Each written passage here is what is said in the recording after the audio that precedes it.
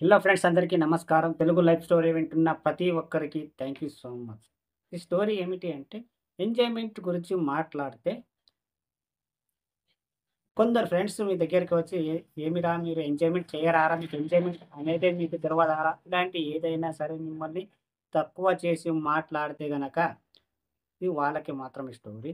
అసలు ఎంజాయ్‌మెంట్ అంటే అంటే సంతోషం ఎలా దొరుకుతుంది? ఏ విధంగా దొరుకుతుంది? ఎవరు ఎలా యూజ్ చేస్తున్నారు? ఎవరికి ఎలా సంతోషం దొరుకుతుంది? ఎంజాయ్‌మెంట్ చేస్తున్నారు అనే దాని గురించి మాట్లాడితే ప్రతి ఒక్క మనిషికి ఆలోచనలు వేరుంటాయి. ప్రతి ఒక్క మనిషికి మైండ్‌సెట్ అనేది చేంజ్ ఉంటది. ప్రతి ఒక్కరికి వేరు వేరుగా క్లారిటీ అనేది ఖచ్చితంగా వాళ్ళది వాళ్ళకు తెలిసుంటది. ఒక వ్యక్తి వచ్చి మీ ఫ్రెండ్ గనక మీ దగ్గరికి వచ్చి, "అరే! మీరు ఏమిరా ఎప్పుడు చూసినా మీరు డబ్బు సంపాదించడంలో మీరు బిజీగా ఉంటారా? ఎంజాయ్‌మెంట్ చెయ్యరా మీరు?"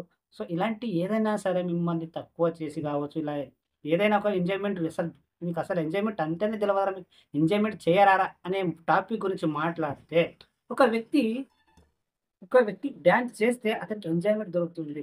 కానీ ఇంకొక వ్యక్తికి వేరే వాళ్ళ డాన్స్ చేస్తూ చూస్తూ ఉంటే వాళ్ళకి ఎంజాయ్ దొరుకుతుంది.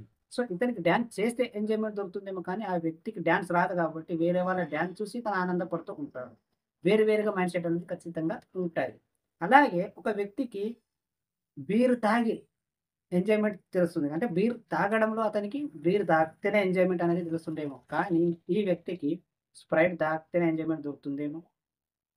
ఇంకొక వ్యక్తికి డబ్బు ఖర్చు పెట్టడంలో ఎంజాయ్‌మెంట్ దొరుకుతుందేమో. కానీ ఇంకొక వ్యక్తి తన వర్క్ చేస్తున్నప్పుడు, తన బిజినెస్‌లో డబ్బు సంపాదించడంలో సంతోషం దొరుకుతుందేమో! అదే ఎంజాయ్‌మెంట్ అనుకుంటున్నాడేమో! ఇలా వేరు వేరుగా ఆలోచనలు, మనస్తత్వాలు వేరు వేరుగా ఉంటాయి కాబట్టి, నీకనిపించింది వాళ్ళకనిపించదు. వాళ్ళకనిపించింది నీకనిపించదు. సో, ఇలా ఎవరికైనా సరే నాలాగా ఉండాలి, నాలాగా బిహేవ్ చేయాలి, యాజ్ ఇట్ ఈజ్ నాకు నచ్చినట్టుగా ఇంకో వ్యక్తి ఉండాలి అంటే అది జరగని పని. అది జరగని పని. ఎందుకంటే వేరే వాళ్ళలాగా నువ్వు ఉంటున్నావా? లేదా? అని దాని గురించి ఆలోచిస్తే ఫస్ట్ మిమ్మల్ని మీరు ప్రశ్నించుకోండి. ఏ వ్యక్తి కూడంగా నీకు నచ్చినట్టు గాని, నీకు నచ్చేటట్టు బిహేవియర్ గాని, ప్రతి దాంట్లో నీకు నచ్చినట్టు ఉండదు కాబట్టి, సో, వేరే వాళ్ళలాగా నువ్వు కూడా ఉండవు కాబట్టి లైట్ తీసుకో.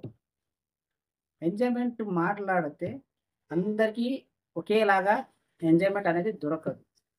అలాంటప్పుడు ఇంకొక వ్యక్తికి తక్కువ చేసి మాట్లాడడం గాని, ఏదైనా నెగెటివ్‌గా ప్రొటెక్ట్ చేయడం గాని, ఇలా చేసినప్పుడు బాధయితుంది. ఎవరికి మీ ఫ్రెండ్ గానో, ఎవరికైతే మీరు నొప్పిస్తారో మనసనేది, సో, వాళ్ళకి బాధయితది. అరే! నువ్వేమి ఎంజాయ్ చేయలేవురా అన్నప్పుడు సైలెంట్‌గా ఉంటావు. అతను ఏం ఎంజాయ్ చేశాడనేది నీకు తెలవదు. నువ్వు ఏమి ఎంజాయ్ చేసావనేది కూడా అతనికి కూడా చెప్పవు. ఎందుకు అంటే ఎంజాయ్‌మెంట్ అనేది మనసులో, భావంలో వాళ్ళకి ఏం చేస్తే అర్థమవుతుందనేది వాళ్ళకి మాత్రమే తెలుసు. వాళ్ళకొక క్లారిటీ ఉంటది కాబట్టి ఎంజాయ్‌మెంట్ గురించి మాట్లాడితే గనక అందరికి వేరు వేరుగా ఉంటది. అర్థమైందా ఫ్రెండ్స్? కొందరికి అయితే ప్రేమించడంలో ఆనందం దొరుకుతుంది. ఇంకొందరికి తాగి తందనాడడం ఎంజాయ్‌మెంట్ దొరుకుతుంది. సో, ఇలా ప్రతి ఒక్క మైండ్‌సెట్ అనేది చేంజ్ అవుతుంది కాబట్టి ఎంజాయ్‌మెంట్‌కి వేరుంటది కాబట్టి ఇంకొక వ్యక్తి గురించి చెడుగా చెప్పొద్దు. అదే ఫ్రెండ్‌షిప్. అదే ఏదైనా సరే. చెడుగా చెప్పినప్పుడే చాలా తక్కువ చేసి మాట్లాడినట్టు, చాలా రెస్పెక్ట్ లేకుండా మాట్లాడినట్టు అనిపిస్తది.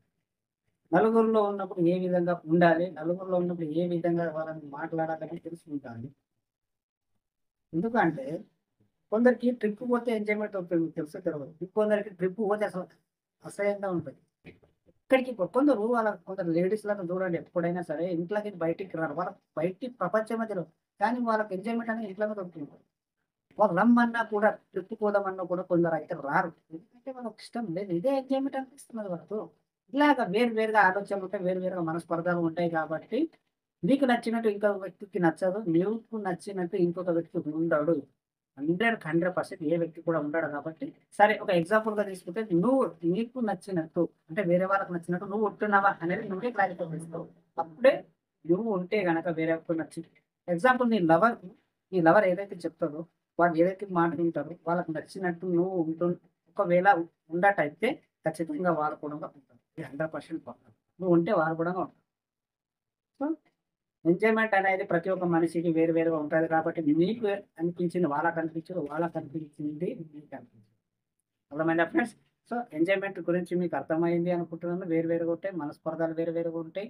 ఏం చేసినా నచ్చదు కొందరికైతే. నువ్వు ఎంత బాగా లేకున్నా ఇంకొందరికి బాగా నచ్చుతారు కాబట్టి లైట్ తీసుకోండి. జీవితం ఇలా అప్ అండ్ డౌన్స్ ఉంటది కాబట్టి సో, మీరు గనక ఈ స్టోరీ మీరు పూర్తిగా వింటే థాంక్ యూ సో మచ్.